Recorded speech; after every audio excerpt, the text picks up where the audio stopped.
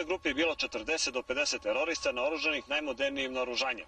Tu grupu su međutim naši graničari razbili, ali je zanimljivo da je grupa pokušala da uđe na našu teritoriju u vreme dok su NATO piloti besomučno napadali granični bataljon u Đakovici. Grupu terorista naši graničari su razbili u rejonu Karaule Mitar Vojinović. Likvidirano je 13 terorista, ostali su se razbežali na albansku teritoriju.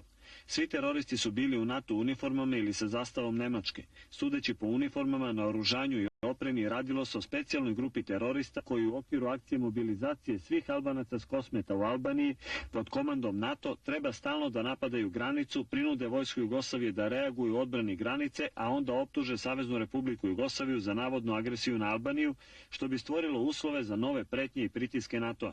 Pored maskinih i crnih uniformi, ranaca, majica sa oznakom terorističke tzv. Oslobodilačke vojske Kosova, vreća za spavanje, kod terorista su nađeni paketići NATO obroka, satelitski telefon, zaštitne maske, 4 protivoklopna projektila Ambrost, protivtenkovske mine, municija, minobacač 60 mm, ručni raketni bacači, zolje, automatske i snajperske puške.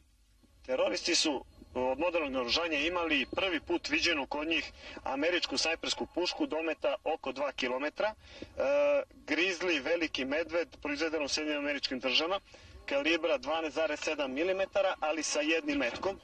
Ovo je municija, dakle, kalibar kao za Browning. I imala izuzetno dobar nišan, čak i pasivni nišan za noćno nišanjenje.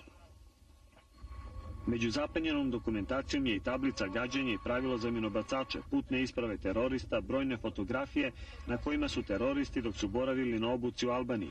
Američko i NATO naoružanje, paketići s hranom iz NATO magacina i uniforme jasno dokazuju savezništvo NATO i terorista koji sinhronizovanim akcijama sprovode agresiju na Saveznu Republiku Jugoslaviju.